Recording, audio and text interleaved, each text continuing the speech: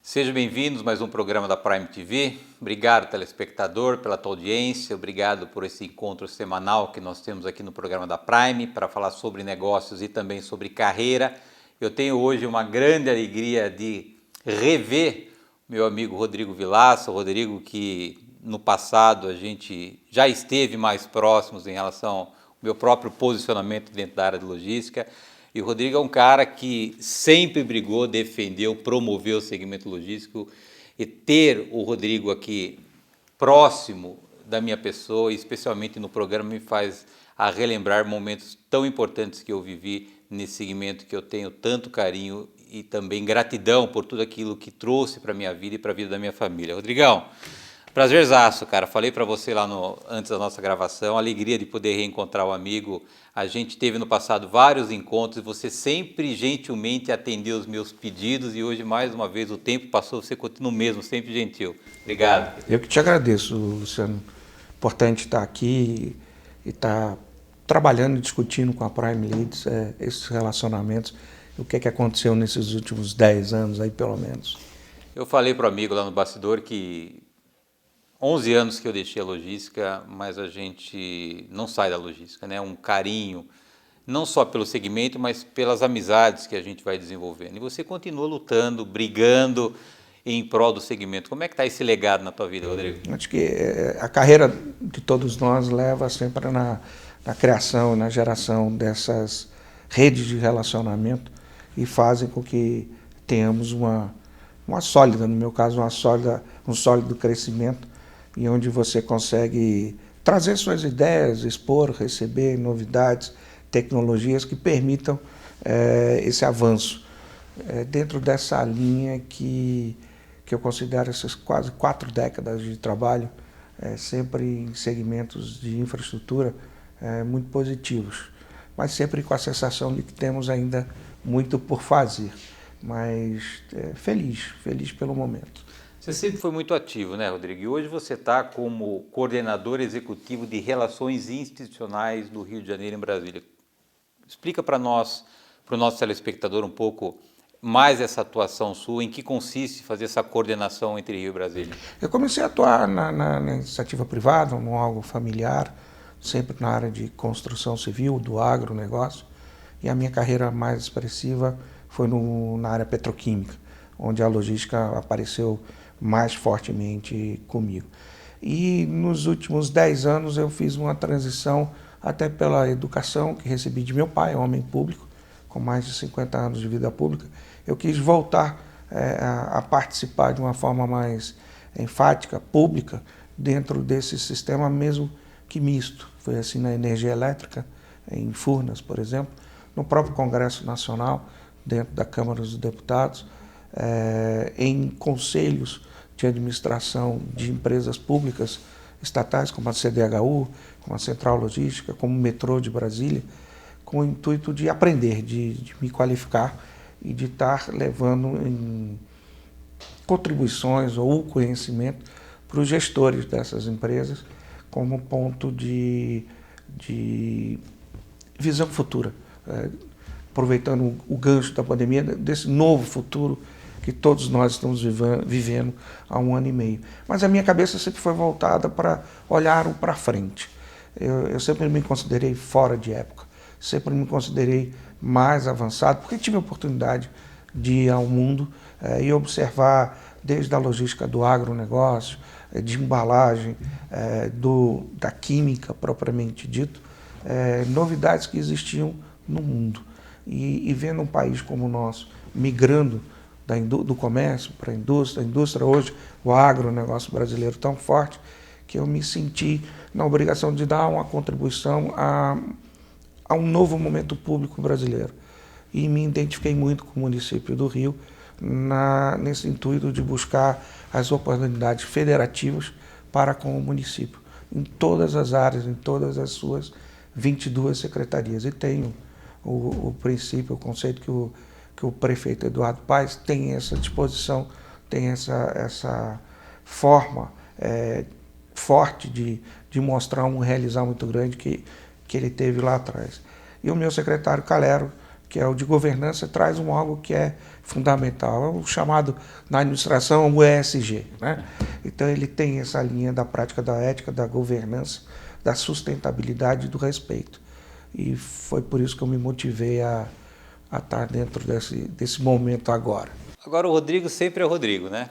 Eu estive em Brasília quando eu sonhava em, não digo transformar, mudar, mas contribuir no aprimoramento da infraestrutura no Brasil. Você é professor nisso. E eu me lembro, em algumas vezes que eu fui para Brasília, você sempre esteve disponível para nos atender.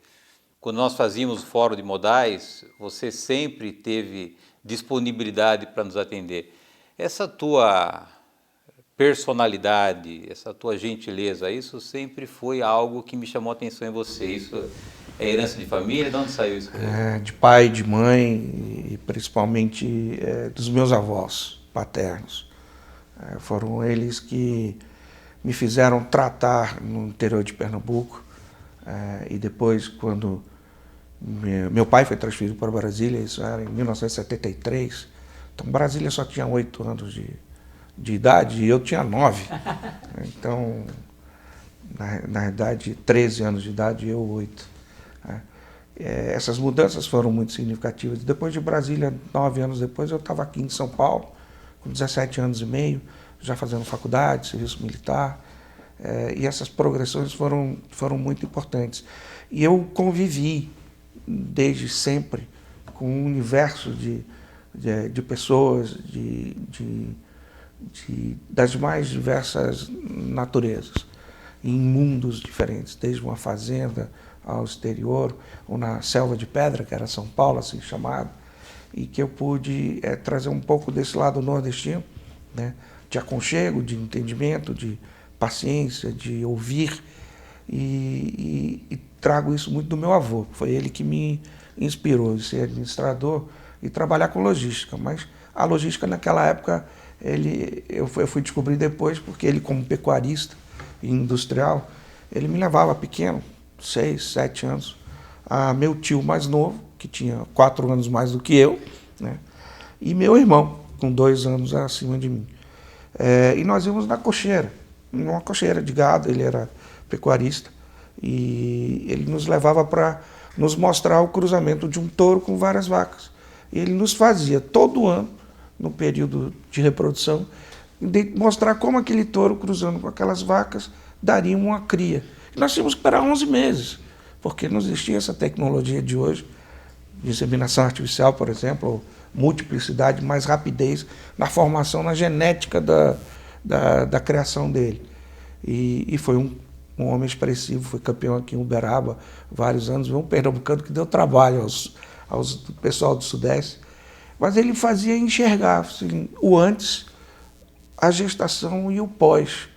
Foi aí que eu entendi o supply chain, foi aí que eu entendi a cadeia de suprimentos, né? Eu tenho que me preparar, o animal tem que estar bem, tem que fazer o processo de acompanhamento da gestação, desmamar o bezerro, a bezerra 6 meses depois, identificar que durante 1 ano e 3 anos esse animal pode ser preparado para uma exposição nacional e levá-lo a uma condição de expressiva valoração.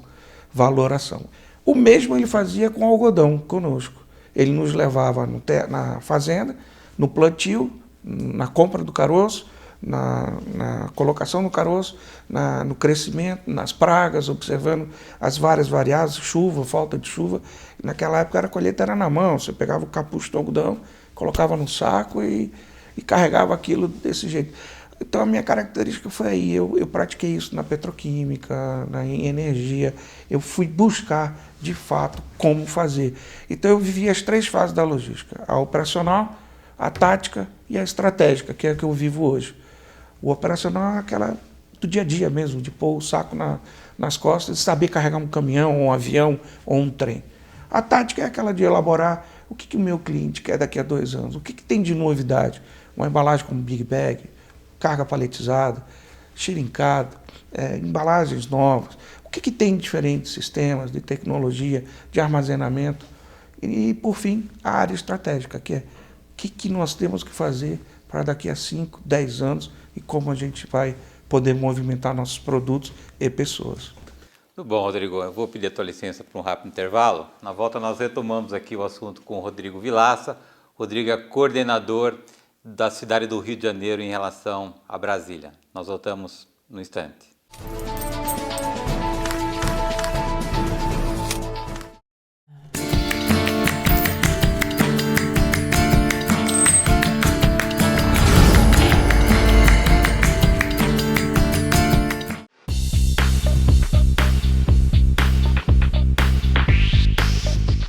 O RPA está chamando cada vez mais atenção em todo o mundo. Você sabe o que é? Robotic Process Automation, ou simplesmente RPA. É a automação de processos de negócios através do uso de robôs de software, que simulam a interação humana com os sistemas, automatizando ações que atualmente são realizadas manualmente pelas pessoas. E quando falamos de robôs, não estamos falando de robôs que andam por aí como nos filmes da Guerra nas Estrelas. Estamos falando de um robô virtual, presente dentro de uma ferramenta de automação. É o chamado boot, configurado para executar tarefas operacionais e rotineiras como se fosse uma pessoa. O robô é treinado para realizar uma sequência de passos e ações nos sistemas como se fosse um usuário. Com o treinamento, é gerado um script, que o boot seguirá fielmente a cada execução. Ele pode então ser agendado para executar os passos como se fosse uma pessoa operando o sistema, mas fará isso 5 vezes mais rápido, com menos erros e com a rastreabilidade das ações. Você deve estar pensando quais atividades dentro da sua empresa podem ser feitas por um robô RPA, certo?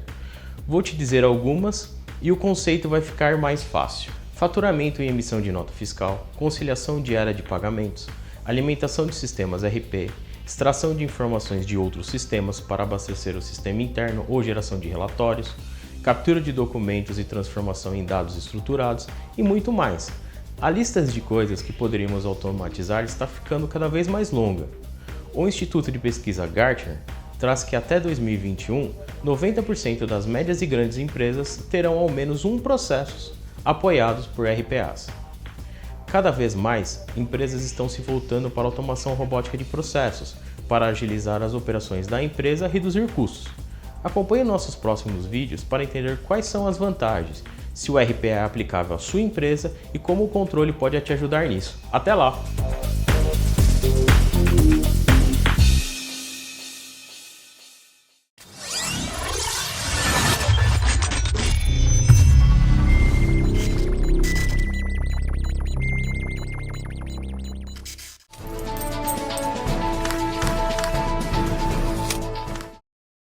Voltamos. Nosso convidado de hoje é o Rodrigo Vilaça. Rodrigo é coordenador executivo de Relações Institucionais do Rio de Janeiro em Brasília. Rodrigo, eu conheci o amigo com um esforço muito grande da bandeira da ferrovia, né? Você sempre foi um defensor da ferrovia e um crítico em relação, até então, lá atrás do governo federal, da falta de investimento, de reconhecer a importância da ferrovia no modal de transporte no Brasil. E hoje eu percebo o amigo muito mais voltado para a multimodalidade, mas também, salvo meu engano aqui, a percepção que o amigo está me dando, um viés muito forte na questão de supply, de armazém, de olhar a logística de uma maneira mais estratégica e mais ampla. É uma percepção só ou, de fato, o Rodrigo está numa nova versão? É, de fato, o novo Rodrigo. É justamente pela amplitude que os negócios foram dando e de você estar no interior do Mato Grosso, ou em Barreiras, na Bahia, ou mesmo em Eliseu Martins, no Piauí, e olhar, puxa, cadê onde eu vou levar minha produção? Como que eu vou guardar essa produção? Como que eu vou exportá-la? Então, toda essa cadeia, até de chegar, como eu realizei o transporte, por exemplo, de caroço de algodão do Mato Grosso, Pedra Preta, via trem em Rondonópolis, para vir a Santos e parar no Porto Santos e ir até Busan, na Coreia. E essa concepção da cadeia de suprimentos é que me fez atentar um pouco mais, e a Abralog foi importante nesse processo para que nós, junto com a Confederação Nacional do Transporte, pudéssemos trabalhar mais juntos, né? O que eu senti era uma necessidade de maior transparência das várias partes de transporte, sejam eles operadores, sejam eles gestores, propriamente dito, de concessões ou investidores, fazer com que a área jurídica e as novas tecnologias de indústria para produtos, softwares e mesmo hardwares pudessem estar combinados. Essa é a essência, inclusive, da Fundação Getúlio Vargas, do Centro de Transporte. É a união dessas quatro partes: dinheiro, do capital, daquele que realmente opera uma ferrovia, uma rodovia, um aeroporto, um porto, um terminal, junto com o ambiente jurídico e o acadêmico. Nós entendemos, quando da criação, que esse trabalho em sinergia desse quadrante de atores certamente iria dar maior celeridade nos projetos, ao mesmo tempo que as observações críticas, construtivas ao Ministério, por exemplo, da Infraestrutura, que hoje vem executando diversas ações nesse sentido, possam fazer efeito e ganhar principalmente agilidade no ambiente regulatório, nas agências reguladoras, para passar essa segurança e essa observação que todos nós temos hoje daquilo que vai ser vendido ou concedido à iniciativa privada até 2024. Então, nós já sabemos onde podemos ir. E tem que quebrar uma burocracia, né? Quebrar um ambiente de letargia para se levar a iniciativa privada a um bem público dentro de todo o regramento, de todo o acompanhamento jurídico. E nesse meio tempo veio uma pandemia. Então veio uma pandemia e paramos. Literalmente o mundo parou. Mas não obstante disso, os projetos estavam sendo maturados. E eu quero crer que até essa vida à distância ajudou a criar mais movimento, menos entrave e uma percepção por parte do poder público, e aí é essa mescla, de poder dar mais vida, mais rapidez, para que esses recursos possam ser implementados mais rapidamente. A ferrovia é lenta, a construção de uma ferrovia é lenta. Então eu entendi ali, Luciano, que a amplitude nessa modelagem de transporte seria mais adequado. Então, trabalhar terminais rodoferroviários, rodoaéreo ferroviário, marítimo, todo porto, toda ferrovia necessita de um porto, não tenha dúvida. O contrário, nem tanto, o porto nem necessariamente tem uma ferrovia. E como armazenar, e como guardar, e como desburocratizar os vários documentos que existem. Foi um pouco nessa mescla louca que eu comecei a fazer barulho, né? E agora, confirmando a minha percepção, vem Itapemirim, né? Eu confesso para o amigo que eu comecei a ver ou enxergar novamente Itapemirim a partir da sua gestão. Você trouxe um brilho que talvez estava meio ofuscado para essa grande empresa que é Itapemirim. Como é que foi essa história? Como é que foi o convite de você ir para lá? E hoje Itapemirim já tem avião voando, né? Quer dizer, literalmente o Rodrigo deixa também a sua marca no modal aéreo, né, Rodrigo? Era algo que eu queria muito, né? Eu já fui de navio na costa brasileira, fora da costa brasileira, conheço o transporte rodoviário com caminhão, ônibus e carro, de norte a sul, conheço mesmo, literalmente. O próprio trem, que foi sempre a essência. Vocês fazem uso de metrô dentro de São Paulo, Rio de Janeiro, em algumas capitais brasileiras, sabem da dificuldade que é do próprio transporte metropolitano de ônibus, das várias áreas regulares e não regulares também, na mobilidade urbana, desde uma bicicleta até mesmo vans e Uber, novas linhas de processo. Mas a Itapemirim foi através de uma ida aos Emirados Árabes, numa comitiva do governador João Dória, da qual eu acabei recebendo o convite do empresário, um paulista, que adquiriu a empresa em recuperação judicial por R$1. Era um grupo de 7 das empresas deles, e lá, quando ele me mostrou, ele me pediu para fazer uma avaliação do sistema rodoviário de ônibus e também do trem, que eu já havia realizado um trabalho para ele, e que eu conseguisse no terrestre realizar mudanças em virtude da recuperação judicial dessas empresas também. E lá fui, fiz um acordo, um contrato de 1 ano, no final de 1 ano eu consigo fazer isso. Acabei antes, mas ele apresentou logo no começo um desejo dele que ele já tinha até de ter comprado a Passaredo, hoje é a Voipes, e que ele tinha um sonho de recuperar o aéreo, não só de carga, mas principalmente de passageiro, porque a Itapemirim voou nos anos 90 com carga, de forma muito expressiva, aqui em Campinas, com os Boeing 727-200. Bom, eu acabei aceitando o desafio, eu falei, uau, peraí, vamos lá, tem uma de mineira aqui, né, uai, então vamos lá, isso aqui é uma empresa aérea, e menos de um mês depois a pandemia chegou. E quando eu vi o projeto, ele tinha sustentabilidade, tinha um objeto, tinha uma linha, então tinha trabalho regulatório junto à ANAC, junto ao Ministério, junto a Brasília, iniciar esse processo. Então éramos 9 dentro de uma garagem de ônibus. Foram identificados os 5 principais líderes, o Thiago Sena, que coordenou um grupo de 4 diretores, e junto com o presidente, né, nós começamos um trabalho, essa equipe, para o aéreo. E que hoje, depois de 1 ano e 3 meses, eles estão voando, estão com 2 aeronaves, provavelmente até o final de agosto mais 5, e o horizonte é bastante expressivo. E aí as pessoas me perguntam, mas você é doido? Né? Você é maluco? Você está numa empresa de recuperação judicial e vai montar uma companhia aérea em plena pandemia, que todo mundo parando? É exatamente o Rodrigo. Né? É mostrar aquele não possível que ele pode se tornar uma realidade.